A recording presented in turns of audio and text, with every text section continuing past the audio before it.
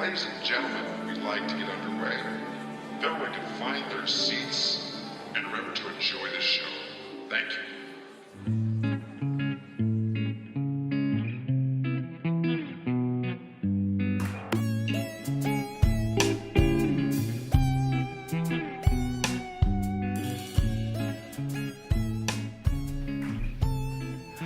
All right. Hello, everyone. Hello. Welcome to another episode of Coming of Age. Hi, everybody. Welcome back. Thank you for coming back and listening to more. Yes, we really appreciate it. We love you. Yes. We're glad you're here. Yeah, we're so Because we're happy. here and we can't leave. And we're doing this a lot. It's taking up a lot of our lives. It's filling it up rapidly. So I'm drowning in this podcast. So we're glad you're here with us because we have no choice anymore. It's a train that we aren't driving. Mm-hmm. Clearly. No, I don't know if we ever were. But now I realize that we're not driving it. Before I thought I had some control. Hey, it's a crazy life, you know? Yeah. Anyway. It's life. I'm living this life with my good friend Chase Cummins. And my other friend, Alan Loosebrock. And that's one sentence. That's the end of that sentence that we finished for each other. It's one collective person speaking. Yes. Our minds have melded. It can't be reversed. It's impossible. So today is the actual Friday the 13th. Yes, you're going to not hear this on Friday the 13th. Won't be Friday the 13th. We released Castle Freak on Friday the 13th. And none of you listened to it. But it's a good one. It's fun. And you should probably watch more movies and listen to more podcasts. Yeah, you definitely need to. Just live your life however you want. I don't give Sorry, a fuck. we're not telling you what to do. But anyway, let's talk about some things. We're going to talk about House of the Devil a little bit later. Yeah, that's our main feature. That's our main thing going on. We watched it last night. It was fucking awesome. Yeah, I love that movie. Oh, it's so much. There's so much. Yes. But we're going to talk about, we both watched A Quiet Place. And we're going to talk a little bit about that. But do we want to talk about anything else that we've watched? Just for a tittle bit. Is there anything on your mind that you watched? Just a little bit. Just a little bit? Just a little bit. Anything crazy that I've watched lately? Not even crazy, but anything of any note or merit or anything. Yeah. Or I'm sure there are. You're hitting me ill prepared. Okay, I wasn't thinking about this. I watched The Sacrament last week, which was pretty decent. Pretty decent. What is that? I don't even know what that is. It's another film by Ty West. Oh, okay. It's a found footage movie. Yes. Well, based on the Jonestown Massacre. Yeah, it's fucked up. It's uncomfortable. Effective. It's effective. Jesus Christ. Yeah. Okay, we're gonna go get Chase some therapy real quick. Yeah. We'll be right back. Okay. I think I'm gonna need it. Oh, God.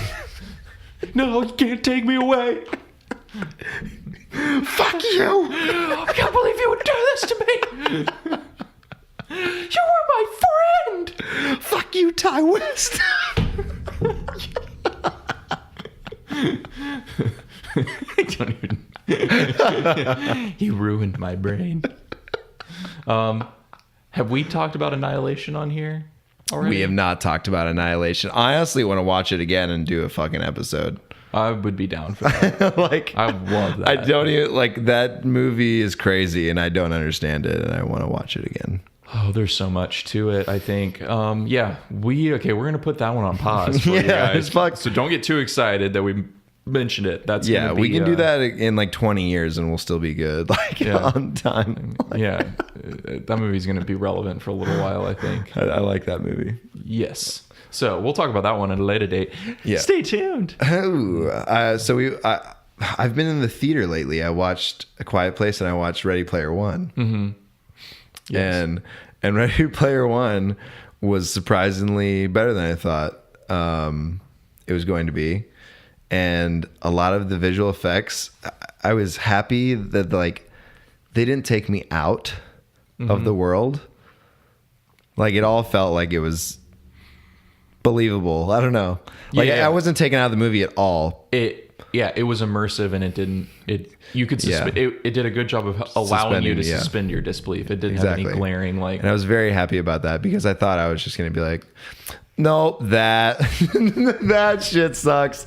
No, yeah. But like, no, That's often, I hate being like that. But that's often the risk. It happens a lot of times just because people kind of suck at that shit a lot. Yeah. But it was great. It was a really good time. I fucking loved watching the movie. There is the guy who designs the game in the movie, the guy who plays him is amazing. He is Who is so fucking awesome. I don't even know. I don't know if I've ever seen the actor. I probably have. Okay. You're probably gonna look at him and be like, "Oh yeah, you fucking did all this shit." And I was like, "Oh shit, yeah, I totally do know him." But yeah, but we're not gonna do that right now. yeah. Him and Simon Pegg are like partners. Oh, I forgot Simon Pegg's supposed to be. Yeah, and it gets super fucking Spielberg towards the end. Like I was like, this feels like a 90s movie. And how does it feel like a 90s movie? Because it's set way in the future. And like it's just like the music and like I love the rush of like the orchestra. Awesome. That's what I want. I was like, what the hell? This is crazy. Like it felt that way in a good way. Like it was. It wasn't even like it was like super good or super bad or anything. It definitely wasn't bad, but I don't think it was like super good. I was just like, what is happening? Like I haven't heard those sounds in a movie in a long time. Like it was kind of crazy. Nostalgic almost. Yeah. Yeah. It was very strange. You know that book apparently shits all over Spielberg? Really? Yeah, Ready Player One. Apparently there's like 4 or 5 pages in there where a character explains what's wrong with every single Spielberg movie. That's so great. It's like really ironic that, or I don't know if ironic's the right word, but it's funny that he ended up directing the movie adaptation. Yeah. Huh. I don't know. I've not read the book, so I could be totally wrong and been misinformed. There's one thing that I did want to mention very much, is that the main character, I can't remember his fucking name already because, whatever. The fucking cartoon dude needs to be in a disguise for some reason during the movie. Yeah. And he's like, oh, I can pick anything. What am I going to pick? And he picks fucking Peter Weller's suit from Buckaroo Banzai. Oh, shit. Are you kidding me? No. He literally, like, just was like, well, Buckaroo Banzai, my favorite movie. Puts that shit on. And I was like... what the fuck? Like, that is out of the fucking blue. And, like, I didn't know about that movie till very recently. Yeah. And also, not that I'm like a great representative of that. I know it's like a fucking cult classic, but I'm just saying, like, I don't know that many people that do know about that. I personally don't know very many people. And it makes me question the demographic of this movie as well. Cause like, it's for like pop culture nerds. It's totally for that. Yeah. It's exactly what it's for. Yeah. It's for people who know real obscure stuff. Like, yeah, and I wouldn't necessarily say Buckaroo Banzai's real obscure, but it's obscure enough. Yeah, it's obscure enough for sure. Most people aren't going to go, oh, like, I remember that. For him to be like, I'm going to put on this disguise. Oh, Buckaroo Banzai. And it's like a huge thing. He's like wearing this outfit and like everyone's like, everyone's like, what the fuck is that? That's awesome though. Yeah. I was like, what? Are you kidding me? Yeah. That's fucking great. Yeah, that's funny. If it weren't for this podcast, neither of us would really know what the fuck the significance of that even is. Yeah, it's true. Yeah. Like fucking Mechagodzilla and Gundam Wing and fucking like King Kong and The Shining is like all in it. It's honestly, I had a great time watching it. I want to go see it. I'm going to have to go see it. We'll have to talk about it more. I don't think it's like a fucking great film or anything. I'm sure, Yeah, no, I mean, it's not like a classic Spielberg. Yeah, it's going to pass very soon, but like I had a good time. Yeah, it'll be a fun movie to watch, and like when Spielberg's done and he's retired, And people are watching his movies to learn, to learn his style and, its film history and shit. That's gonna be a fun little one to watch. That's not very significant. Yeah. It's just there. Well, also I wonder about these like Spielberg like animated films. Like, what's the level of involvement on his part? Yeah.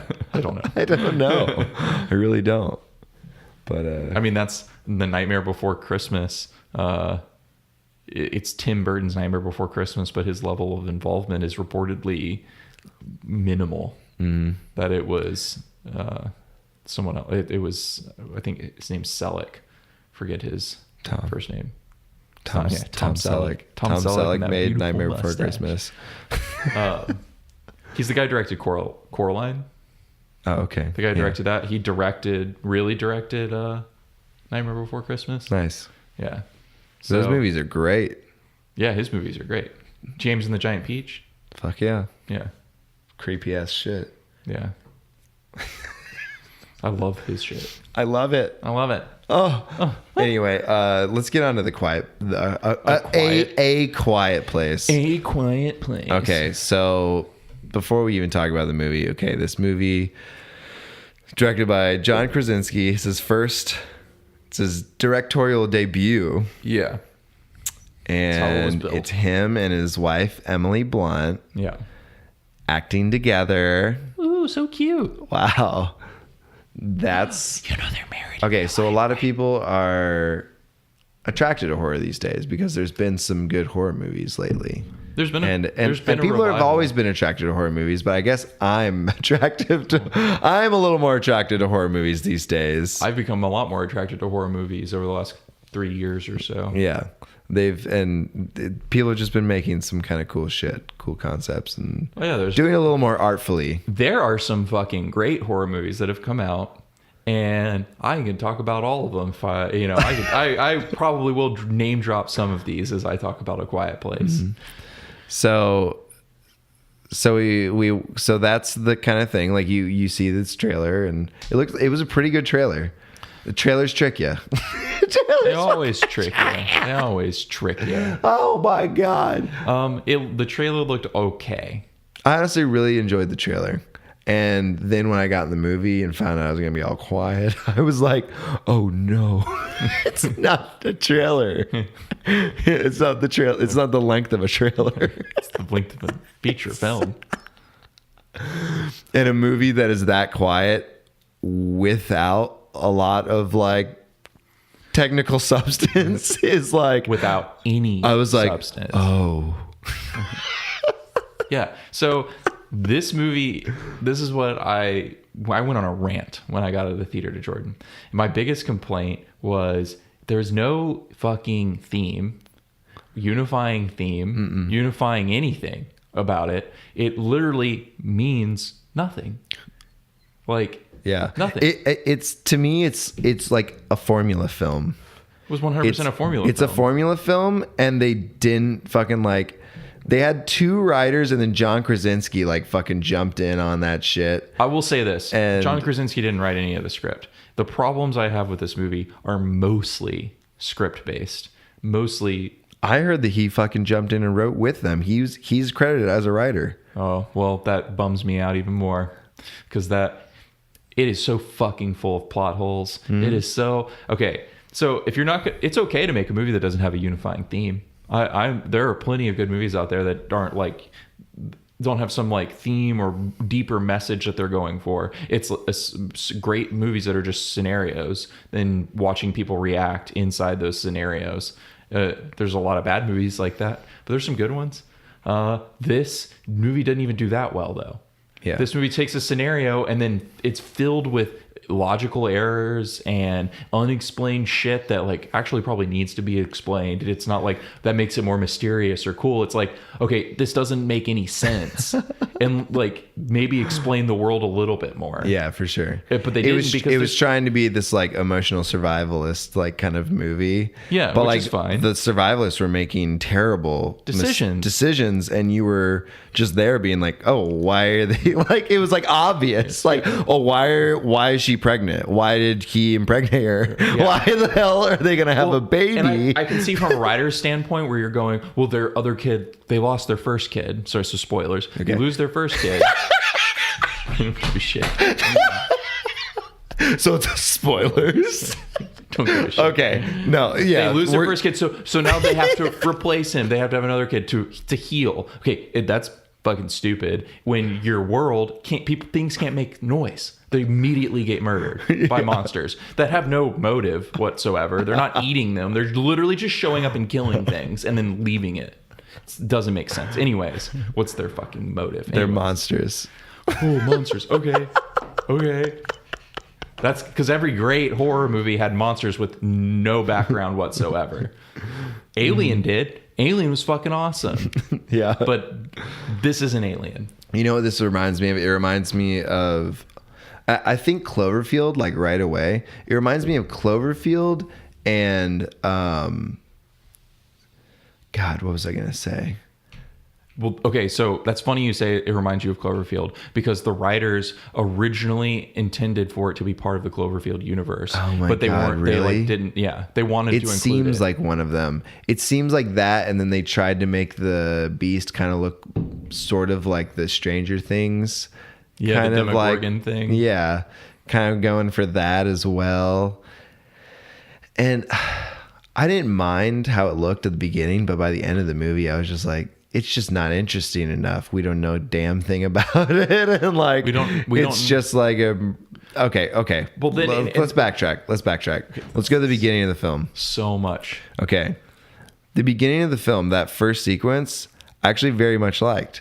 Of course, the very beginning. I was very much in it. After that, it's terrible. Bad, but the opening sequence, all the way sequence up to the when John Krasinski's running toward his kid. Yeah. And the way that shot, the way that was directed, it was intense. It was suspenseful. I tensed up. Yeah. I was in it. I was like, okay, dude, fuck yeah, this is actually going to be a crazy movie. They killed a kid in the first 10 minutes. Uh-huh. Like, this is going to be nuts. Yeah. And then I was sorely disappointed. Mm-hmm. Because it was just turned into a flat, messy, like piece of shit. So they it turned into a flat piece of shit. So they jump forward and she's pregnant now. And I'm, first of all, I go, well, that's fucking what? Yeah. That's stupid. But I'm willing to forgive it at this point because that opening sequence was good. And I'm like, okay, well, maybe they'll take it somewhere that's really crazy. And her being pregnant is really important. Is really important. So I forget. I gave this movie a goddamn chance, man. I wanted to like this so bad. Doesn't make any sense she got pregnant. Then he doesn't make any sense why he tells the deaf girl not to go into his basement. There's no reason. He doesn't offer her one. It's so true. Yeah. I think the relationship between them isn't like weird enough for the payoff at the end where he signs to her. It didn't make it didn't make any sense because it wasn't established that like there was this relationship where like he didn't fucking love her or something. Like he was like kind of like treating her brother like more like he took him on the trip with him, and she got bummed about that, I guess. And he scolded her about not going into the basement, and that's how they established, she perceives him to love her less because she gave the kid the you toy. didn't get that from that. You can piece it together after seeing that scene. But it's just I can see what they intended to do. Yeah, but it just did not do it. Yeah, it wasn't successful. I was like, oh fuck. It just is clunky, and I didn't feel it at all. I was like pulled out of the movie. My biggest note for the movie is pretty much just like a way to. I just thought of the scene right when she notices at the end of the movie. When she's in the basement, the hearing aids and like all the fucking pieces that he's been working on and shit. And it's kind of like this like heartfelt moment that you don't feel. Yeah. Because you've already known that he's worked on them. So you see it early on. So it's not interesting. But if that was taken out, if they had cut him working on them earlier, and then it was like a reveal that like he was always fucking working on this shit. Yeah. And like after he's already dead, like that would be that's a great note. So it would have been interesting to see him just not see him work on it beforehand, but just hand her a hearing aid and be like, I got you a new hearing, or like, here's a new hearing aid. Yeah. And it's like, oh, where did he get that from? Blah, blah, blah. And then he tells her not to go in the basement. And then when she finally gets down there, realizes he didn't want her to go in there because he's been working on all this stuff for her, and he didn't want her to know, like, he didn't want her to feel the burden Exactly. of like what he's doing for her and the amount of work he's putting into trying to make her life more comfortable. And that would have been great, but none of that was I established. thought that immediately. I was just like, that dude. changes everything though, that one edit. I mean, it does it perfectly because they didn't do a great job of reinforcing that relationship. And for sure. But it lays that groundwork. I feel like seriously, I feel like we could take this script and actually make something good out of it. If they didn't already fuck it up. It's a good idea, but there's too many things that they just mishandled, and there's too many unmotivated choices. They kind of boxed it in. There's way too many unmotivated choices. When they stumble upon the old man in the woods who yells, there is no reason that they explain for him to do that. Yeah. And it doesn't it's all like you're just kind of figuring it out for yourself. You're just like, okay, he's yelling because she's dead, and he's like, but then like, why does he yell when they walk up? Is he trying to trap them? Is he trying to kill himself? Is he trying to kill all of them? It doesn't make sense. And then he doesn't pose, when he calls the monster, it doesn't pose any obstacle to the characters. It doesn't create a new plot point. It would have been crazy if at that point the father and the son get separated because of this incident with this old man, and the old man was trying to commit suicide and kill them because he's sick of the world or whatever, and the monster splits them up, and then they have to like find each other or something. There's just any number of things else could have happened, but he didn't pose an obstacle. It served no purpose in the story. It was just there. It was just there for a cheap scare. And it was, I'm sorry, you can't just do that. Yeah. Well, this movie is kind of like just geared to trick audiences into thinking that it's a good movie. Oh, I'm so sorry. It's just like, I don't know. People are dumb. And I know a lot of people enjoyed watching this movie in the theater. And I actually didn't have such a bad time myself watching it. But it was glaringly obvious it was a bad movie. Yeah.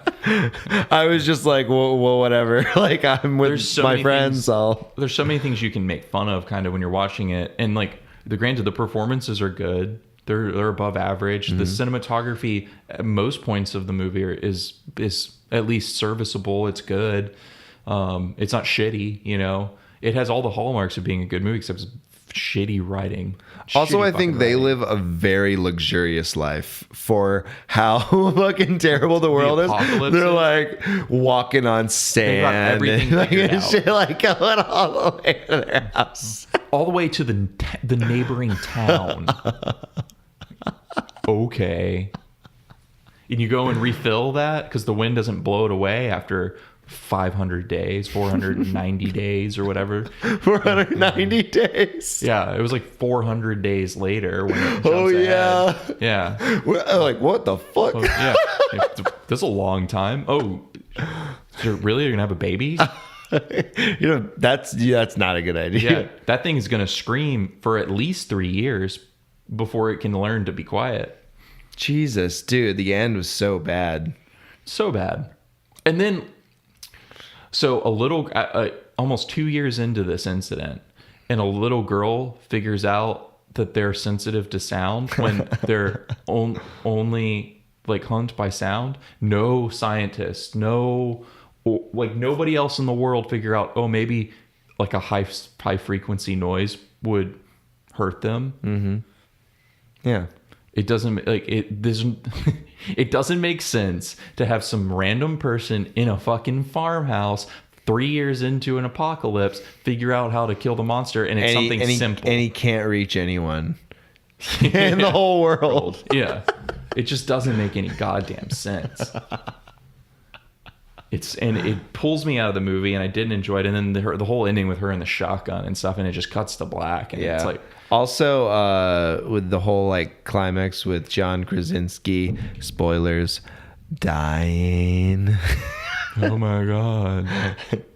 And then like they put the truck into drive or neutral, because I thought they put it into neutral because what I thought it's too. just a shitty ass truck.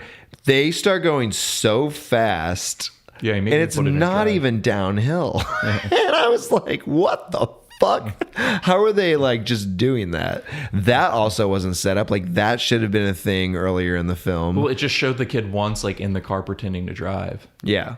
And this movie is a great example of you can't just show something once and go, it's a callback, it's good writing. Yeah. I'm sorry, no. Sometimes, but not in this situation. That's all they did is like they gave each thing they wanted to establish one scene to establish it, and they just did each thing once, and then they started resolving everything. They loosely resolved things. Yeah, they didn't put any middle in. They didn't they didn't put any time in. They didn't like develop the relationships. Like that movie could have been another 40 minutes long, and you could have like buffed out the character relationships a little bit more, and heighten the tension and tighten that story up. And you'd have a better movie. Nobody wants that, Chase. Nobody wants 40 minutes longer on A Quiet Place. Well, no. I wanted that movie to end by the end of it. A Quiet Place. Come watch us sign to each other for 2 hours. It felt like a fucking TV movie, like a Netflix episode of something. Yeah. It didn't, I don't know. It felt very generic. It's just super generic. Super generic, and like, honestly, that's being nice. Like, I'll be honest, I hated it. Yeah. I hated it. Yeah, no, it was. I think I'm reacting that way because I'm so mad that so many critics and people are just like, it's literally people all over the internet are saying it's the scariest movie they've ever seen and What? stuff. Yeah, and I'm like, then you need to watch some more goddamn movies. Now you need to watch more goddamn movies, okay? Don't be coming on here and saying shit and give a movie praise that's not good. No, we don't like that. I'm tired of it. It is fucking crazy though. Like, I don't know. A lot of people liked it, and there's so many glaring problems with it. I don't understand why people are saying it's such a smart, taut thriller horror film. No, it's just Office fans. I guess people don't want to see John Krasinski do something that's like subpar. They love him so. They love Jim so fucking much. It's terrible. I'm sorry, it's terrible. I honestly wish him the best. I really do. I feel like he's. I want to like his movie. Yeah. So I hope he does more and gets better. Honestly, He's doing. Apparently, he wants to do a sci-fi movie next with like somebody like Bowie living on Mars or something like that. what? Yeah. About Bowie Me living. Oh yeah, I don't know, or Ziggy, or I don't know. Oh my god. And then he just looks concerned the whole time. Hopefully he's playing the straight man, right?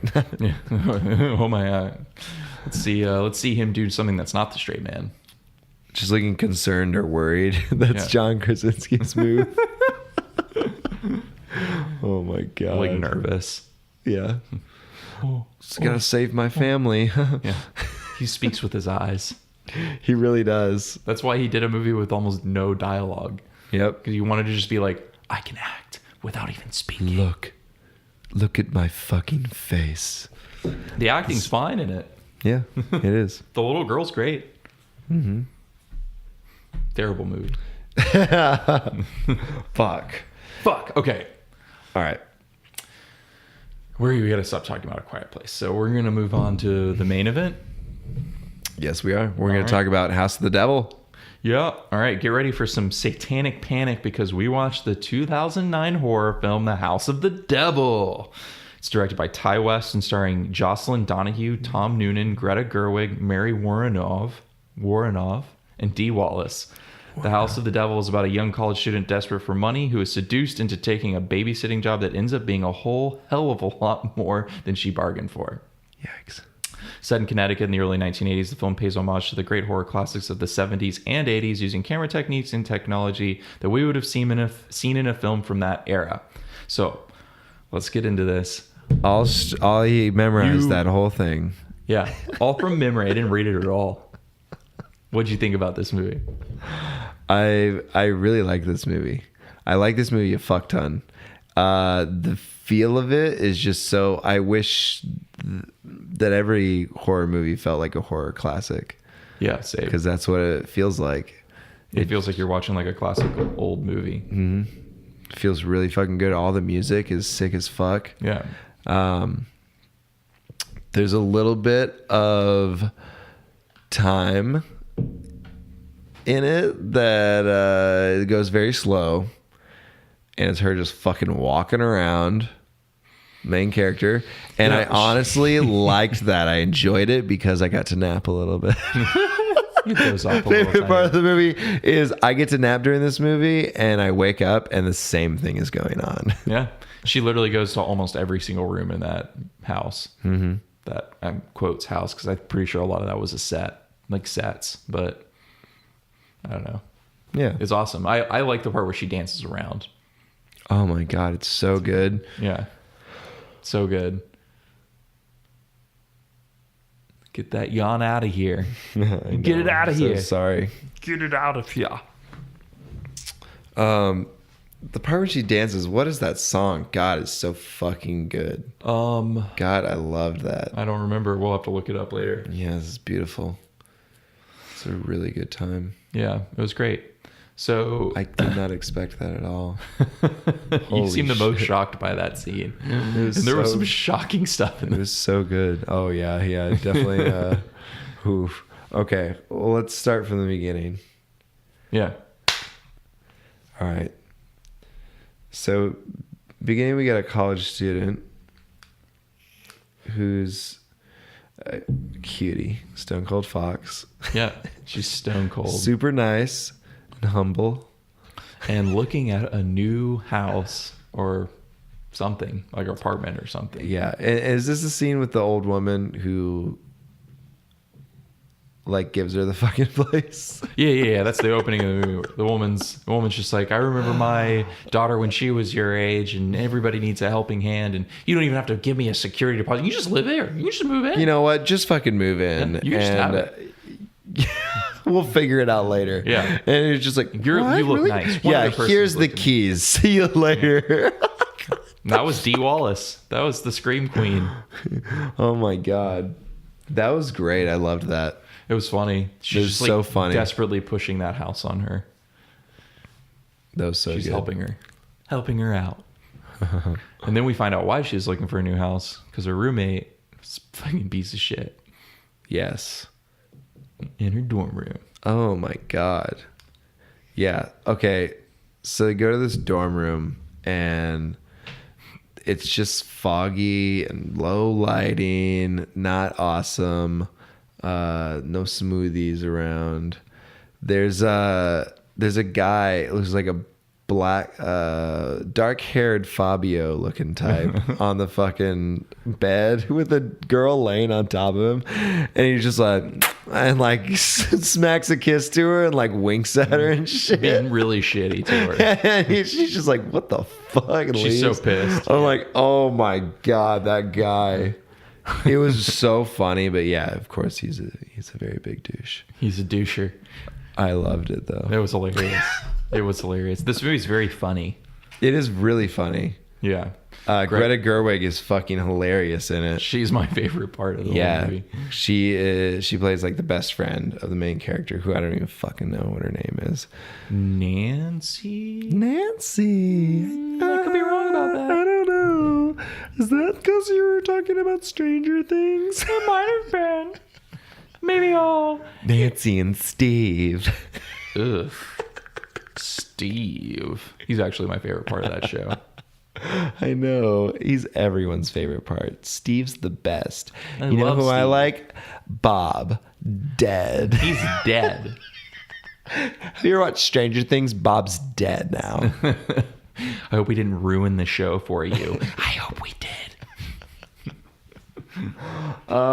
So House of the Devil, what do you say about it, huh? It's really difficult to talk about because like it's a good movie. It's well done. It's good horror. It's suspenseful as fuck. It has like a crazy conclusion, but a lot of the movie is just like small actions. Really is.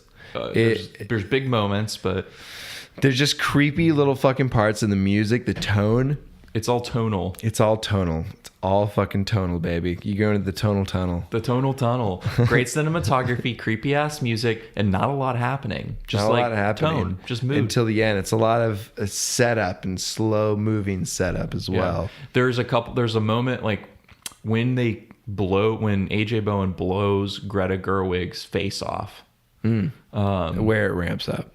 Well, it ramps up for a second. Oh, it ramps up for a second. You go, and then- holy shit. Yeah, and you're it's like, I'm in graphic. this. And then you're like, oh. Yeah, and then it goes back to Nancy, and then she's going through the whole house, and I don't even think you've met the wife at that point, which that scene, I think, when she meets the wife, Mrs. Ullman, that scene's crazy. The way she comes out, and she's wearing those fur coats, and the music that's playing, and the way the camera, like, zooms and stuff, it just really sets this, like, uncomfortable, almost epic tone to me.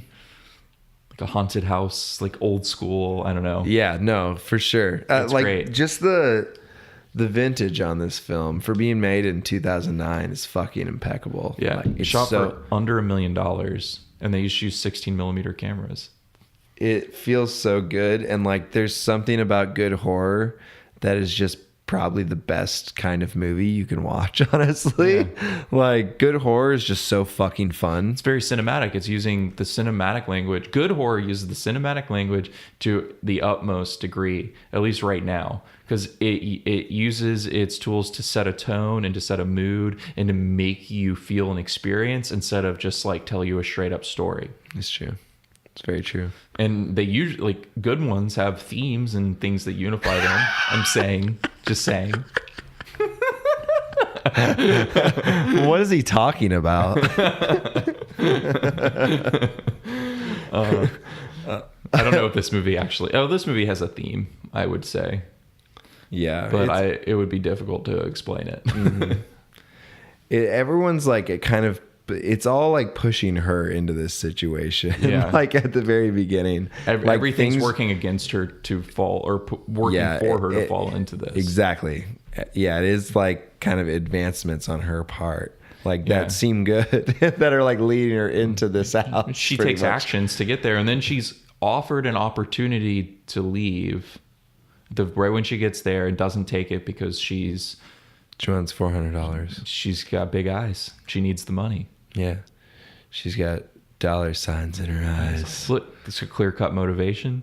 Makes sense. She's hearing the cha-ching, baby. Makes sense. You need that money. Yeah, that's you gotta not a fucking plot hole. babysit someone's grandma.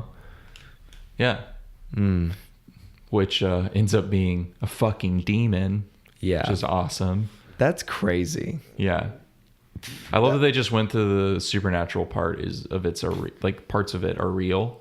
The eclipse being part of the satanic ritual, and it ends as soon as I guess I'll just reveal it. She shoots herself in the head at the end, and then the fucking eclipse just ends. And the newscasters saying scientists never thought the moon moved out of the way faster than anybody thought possible. Yeah.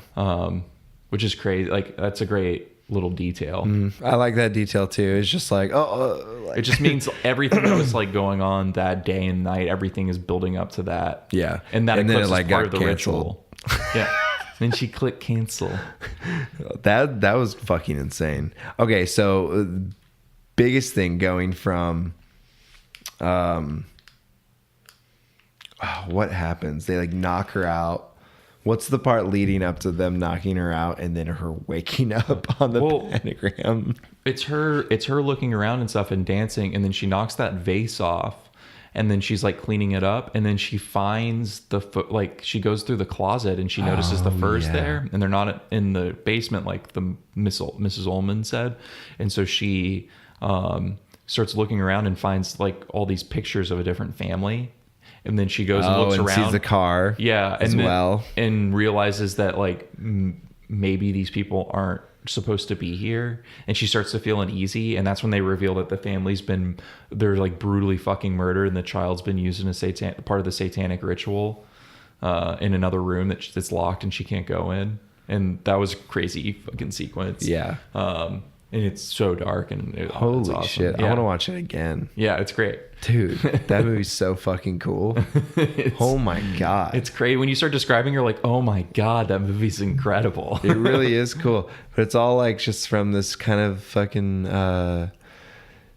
very tame woman's experience. Like she's like it's just following this young college student's like point of view where she's oblivious to a lot of the shit going on, and every now and then as an audience member we get revealed information that she doesn't know. For the most part, it's all from her point of view, so it feels innocent until it absolutely isn't, which is like when she's waking up on a pentagram.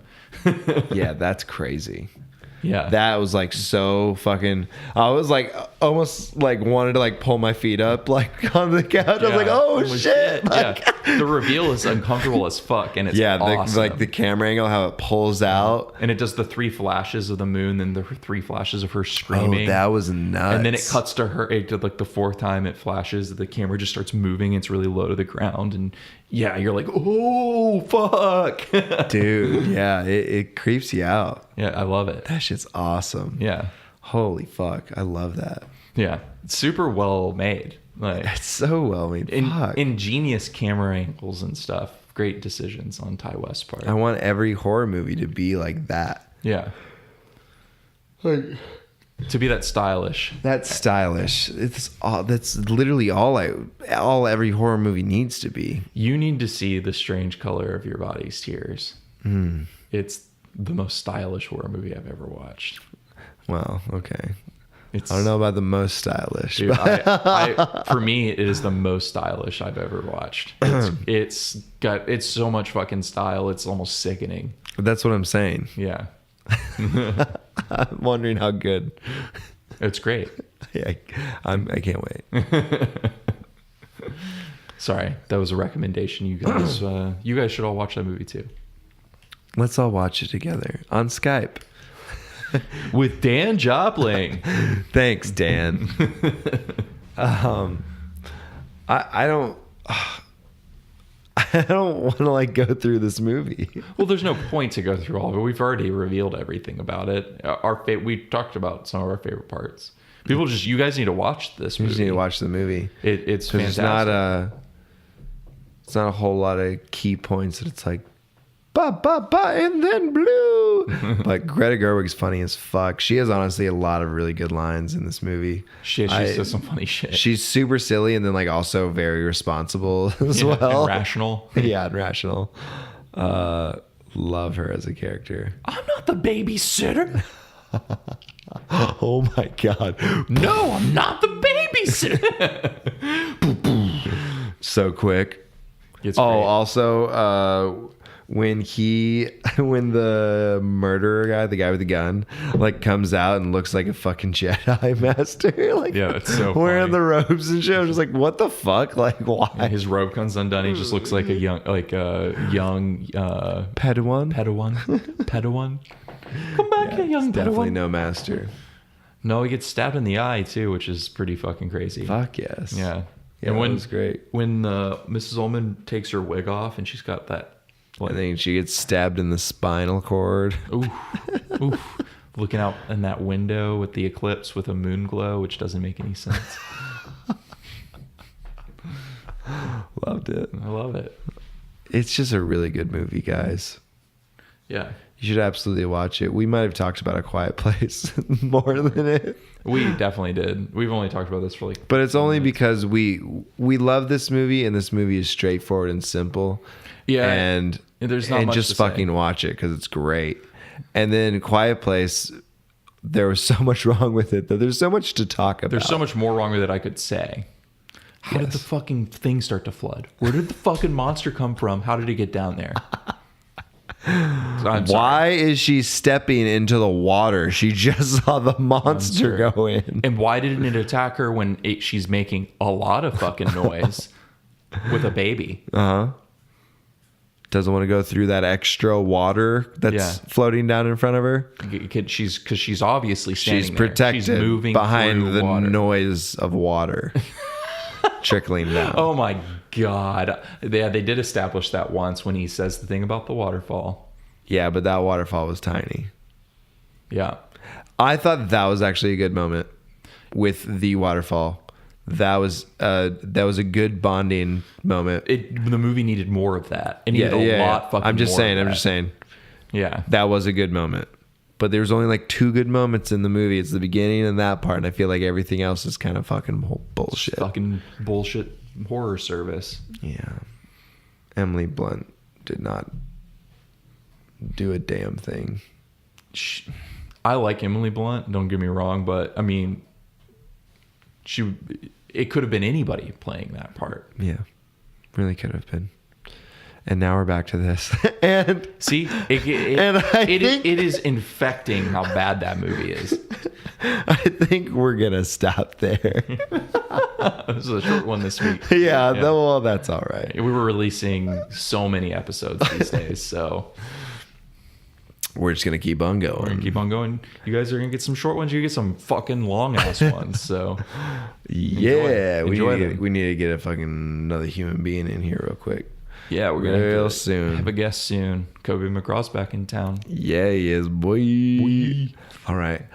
Thank you for listening, guys. You can please rate us, like give us the awesome rating and give us a little review. Write down some words. Yes, please. And Yes, please. yes, please. Please, and thank you. And you can go to our Instagram at Coming of Age Pod, And our Twitter at comingofagepod_. and just listen to us on SoundCloud, iTunes, Stitcher, YouTube. Thank you. Thank you so much, guys. Bye bye. Bye. Fuck you. Bye. Bye. Bye. Bye.